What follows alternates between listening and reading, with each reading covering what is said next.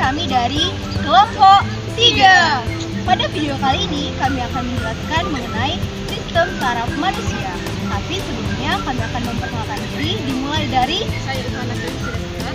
saya Nuha Febri Anissa, saya Mas Saimi Masyibarani, Saya Sonia Gani Purba. selamat menyaksikan. Baik teman-teman, kita masuk pada materi yang pertama yaitu pengertian sistem saraf. Sistem saraf adalah kumpulan saraf yang kompleks dan sel-sel khusus yang dikenal sebagai neuron yang akan mengirimkan sinyal antara berbagai bagian tubuh yang bekerja memonitor atau sebagai pusat kendali tubuh yang akan mengumpulkan informasi dan memproses informasi baik secara sadar maupun tidak sadar untuk menjaga tubuh tetap berfungsi dengan baik dan memungkinkan untuk menyesuaikan diri dalam menghadapi perubahan-perubahan yang terjadi di lingkungan sekitar. Nah, sistem saraf manusia terbagi menjadi dua bagian teman-teman, yaitu yang pertama sistem saraf pusat dan yang kedua itu sistem saraf tepi. Nah, untuk saraf pusat itu meliputi otak atau encephalon dan sumsum tulang belakang atau medulla spinalis. Sementara saraf tepi itu meliputi saraf sadar atau somatik dan saraf tidak sadar atau otonom. Saat sinyal dari suatu bagian tubuh kita memasuki SSP dalam otak, dan otak akan menginstruksikan respon sesuai dengan situasinya. Nah, contohnya itu teman-teman, saat kita mencubit tangan. Nah, area cubitan tangan ini terdapat saraf. Nah, saraf itu akan aktif dan akan mengirimkan informasi kepada otak, dan otak akan menerima respon dengan adanya rasa sakit. Proses ini berlangsung selama sepersekian detik, meskipun sinyalnya yang bergerak sejauh bermeter-meter teman-teman. Baiklah, di sini saya Sonia Gani Purba. Saya akan menjelaskan mengenai sel saraf atau neuron yang merupakan unit dasar dalam sistem saraf kita. Neuron berperan penting dalam menerima, memproses, dan mengirimkan informasi melalui sinyal listrik dan kimia. Berdasarkan fungsinya, neuron dapat dibagi menjadi 3 jenis utama. Yang pertama, neuron sensorik atau neuron aferen. Neuron sensorik bertugas untuk membawa informasi reseptor sensorik ke sistem saraf pusat, yaitu otak dan sumsum tulang belakang. Misalnya, ketika kita menyentuh benda panas, reseptor di kulit akan mengirimkan sinyal ke otak melalui neuron sensorik. Nah, sehingga kita dapat merasakan sensasi panas yang kita rasakan atau yang kita sentuh. Nah, yang kedua itu neuron motorik atau neuron eferen. Neuron motorik berfungsi membawa perintah dari otak atau sumsum tulang belakang ke otot atau kelenjar untuk menghasilkan respon. Misalnya saat kita ingin menggerakkan tangan, neuron motorik akan mengirimkan sinyal ke otot-otot lengan agar berkontraksi dan bergerak. Nah, yang ketiga itu neuron asosiasi atau interneuron. Neuron asosiasi atau interneuron berfungsi untuk menghubungkan neuron sensorik dan motorik di dalam sistem saraf pusat kita. Neuron ini bertugas untuk mengelola informasi dan menentukan respon yang sesuai. Misalnya ketika secara refleks kita menarik tangan dari benda panas, interneuronlah yang bekerja untuk memproses sinyal dengan cepat tanpa harus menunggu perintah dari otak. Nah, teman-teman, kita akan membahas tentang struktur dasar neuron. Nah, struktur dasar neuron ini walaupun memiliki fungsi yang berbeda-beda, semua neuron memiliki struktur dasar yang sama, yaitu yang pertama ada badan sel atau soma. Ini adalah pusat dari neuron yang mengandung inti sel dan organel lainnya. Badan sel berperan dalam mengatur aktivitas sel dan menghasilkan energi untuk proses sel. Yang kedua itu ada dendrit teman-teman. Dendrit adalah cabang-cabang kecil yang berfungsi untuk menerima sinyal dari neuron lain dan mengarahkannya langsung ke badan sel. Bisa diibaratkan seperti antena yang menangkap sinyal dari lingkungan sekitar. Dan yang ketiga itu ada akson teman-teman. Akson adalah serabut panjang yang menghantarkan impuls listrik dari badan sel ke neuron lain atau sel efektor seperti otot dan kelenjar.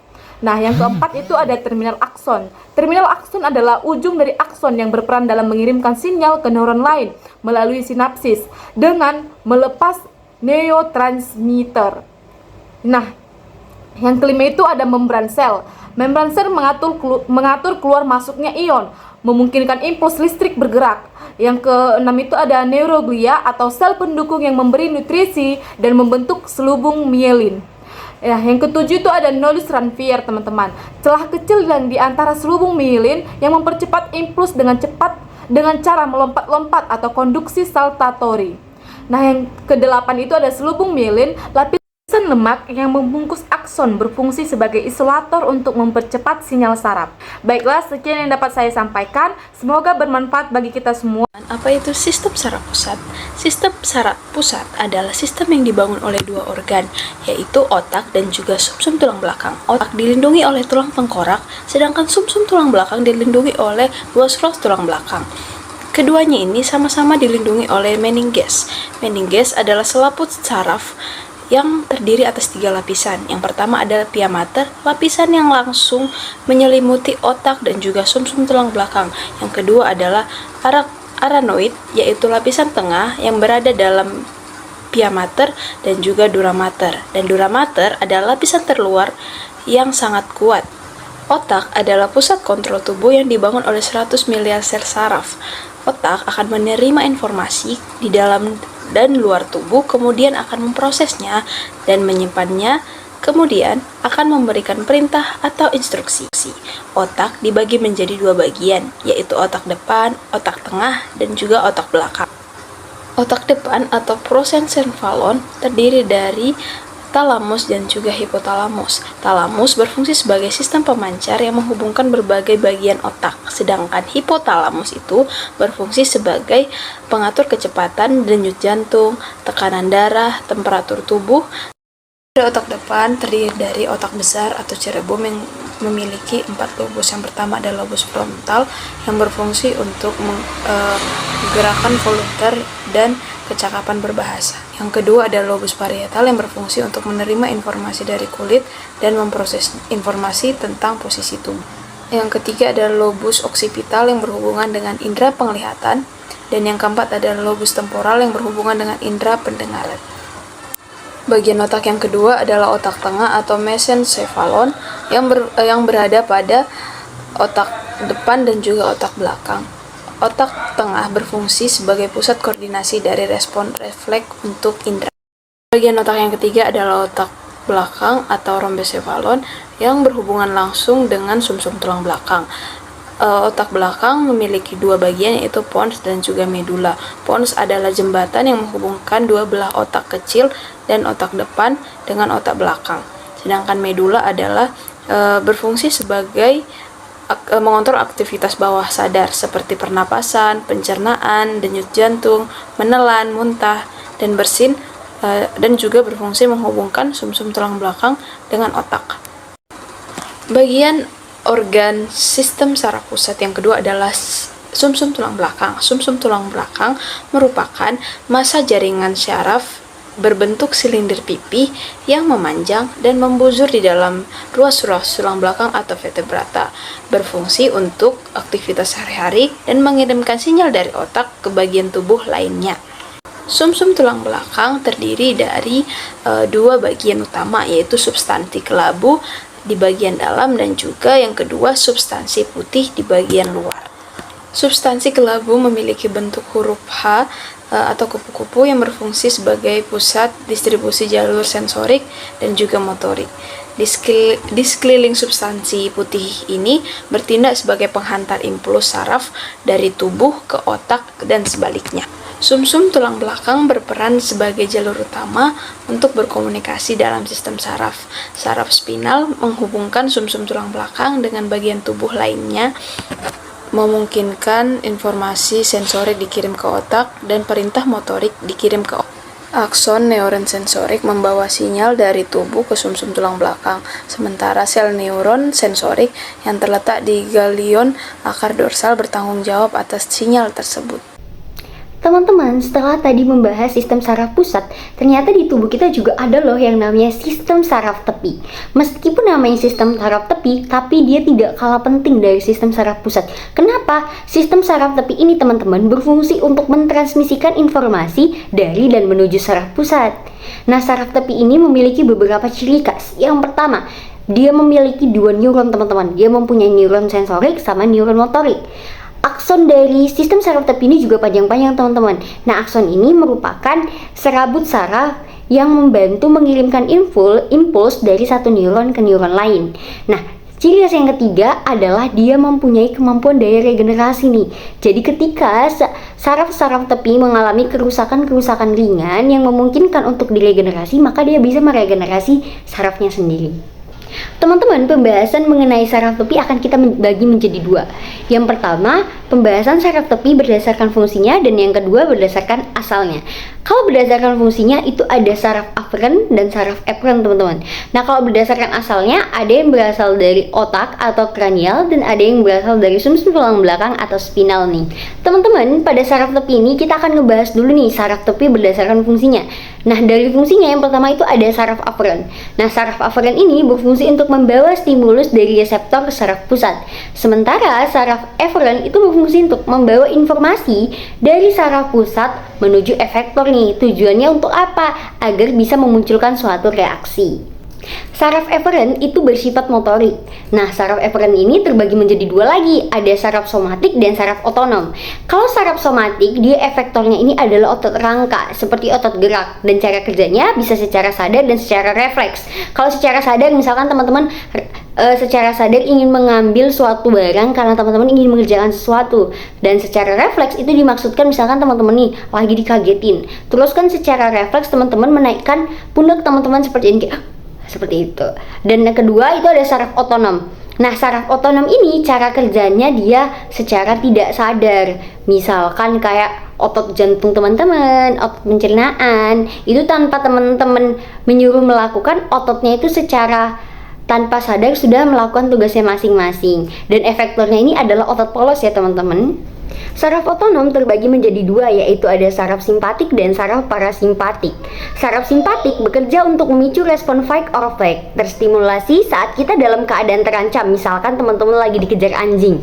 Saraf simpatik akan menstimulus kerja denyut jantung kita menjadi lebih kuat dan memperlebar saluran pernafasan agar oksigen dan darah dalam tubuh kita dapat dengan cepat dialirkan ke seluruh tubuh. Saraf simpatik juga akan menstimulus pemecahan glikogen menjadi glukosa agar dapat diubah menjadi energi, sehingga dapat membantu proses fight or flight. Saraf simpatik ini juga akan menstimulasi pupil mata kita agar membesar dan memperjelas penglihatan kita.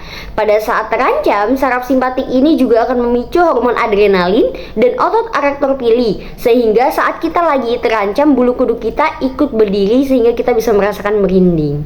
Sedangkan saraf parasimpatik adalah keterbalikan dari saraf simpatik. Saraf parasimpatik berfungsi untuk menenangkan dan mengembalikan kondisi tubuh ke kondisi normal setelah efek fight or flight. Saraf parasimpatik akan memicu pupil untuk kembali menyempit, memperlambat denyut jantung agar kembali normal, menstimulasi organ pencernaan seperti menstimulasi gerak peristaltik dan sekresi, serta menstimulus kelenjar empedu dan kandung kemih agar berkontraksi.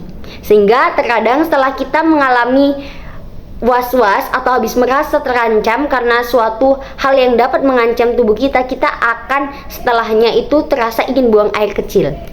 Selanjutnya kita akan membahas saraf tepi berdasarkan asalnya. Berdasarkan asalnya, saraf tepi terbagi menjadi dua, yaitu yang berasal dari saraf otak atau kranial dan yang berasal dari sumsum tulang belakang atau spinal.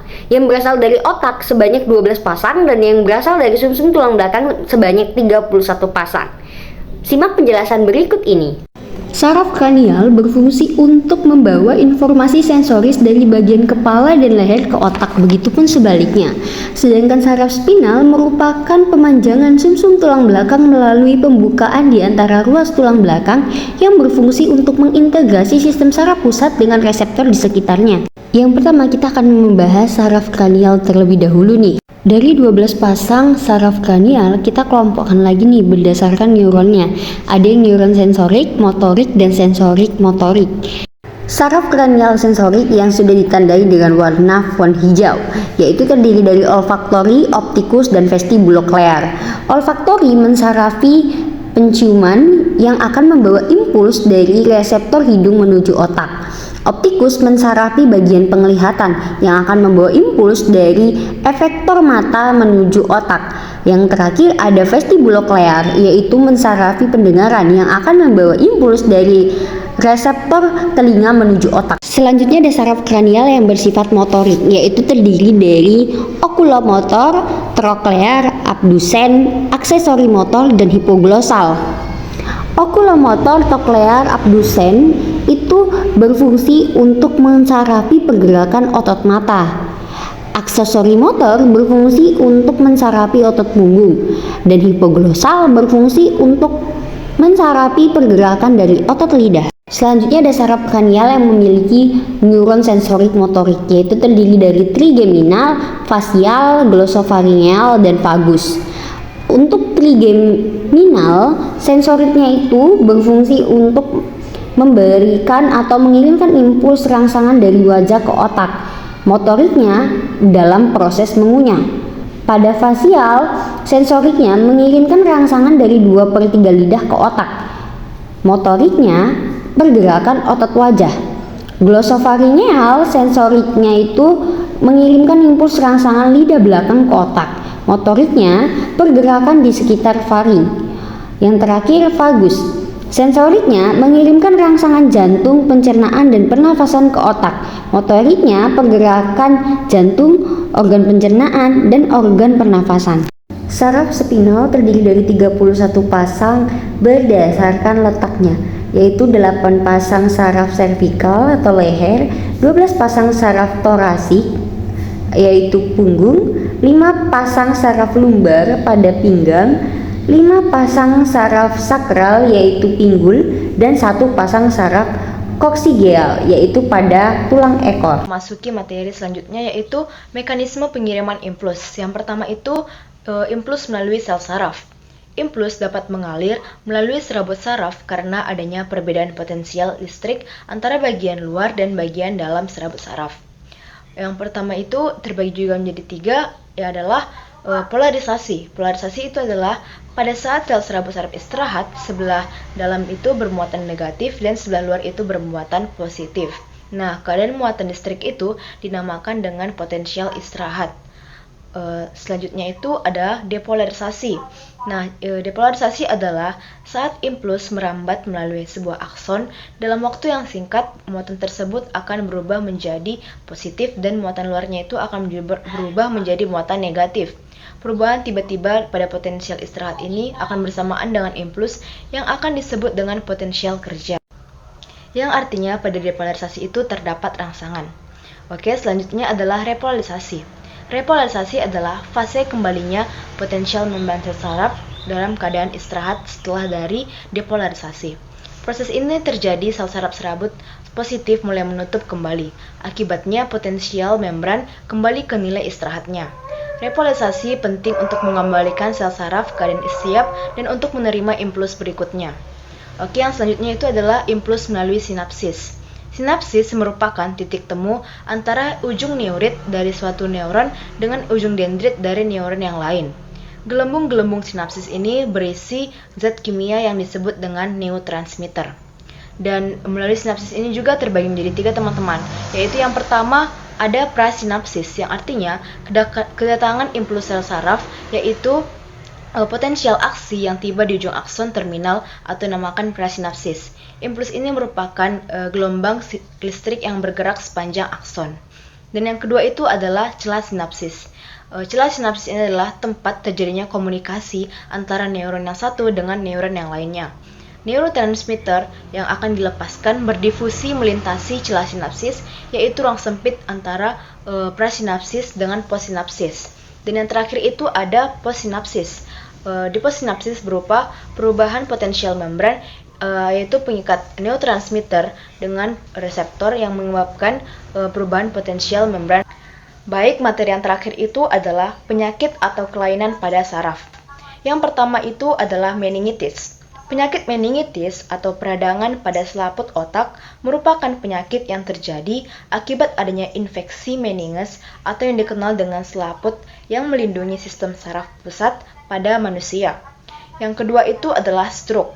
Stroke merupakan gangguan pada fungsi sistem saraf yang dikarenakan adanya gangguan pada peredaran darah di dalam otak yang diakibatkan pecahnya pembuluh darah atau karena adanya sumbatan pembuluh darah dalam otak. Dan yang penyakit yang ketiga itu adalah epilepsi. Epilepsi adalah kondisi timbulnya serangan berupa perpindahan sel saraf otak yang terjadi abnormal, tak beraturan, terjadi berulang kali, serta mengakibatkan gangguan motorik, sensorik, atau fungsi mental sementara. Yang keempat itu ada penyakit hidrosefalus. Ini biasanya terjadi pada bayi ya teman-teman. Penderita hidrosefalus akan mengalami penumpukan cairan di dalam otak. Akibatnya terjadi peningkatan tekanan otak. Tekanan ini akan mampu merusak jaringan yang ada di dalamnya. Bahkan juga mampu melemahkan fungsi otak. Dan yang kelima itu ada amnesia. Amnesia merupakan gangguan yang terjadi pada otak disebabkan oleh goncangan batin atau cedera. Ciri gangguan ini yakni hilangnya kemampuan seseorang mengenali ataupun mengingat kejadian masa lampau dalam kurun waktu tertentu. Dan penyakit yang terakhir itu adalah Parkinson, yaitu penyakit yang terjadi dikarenakan degenerasi sel saraf secara bagian otak tengah. Gejala ini timbul dari penderita adalah terjadinya tremor atau gemetaran. Sekian video dari kelompok kami, semoga bermanfaat.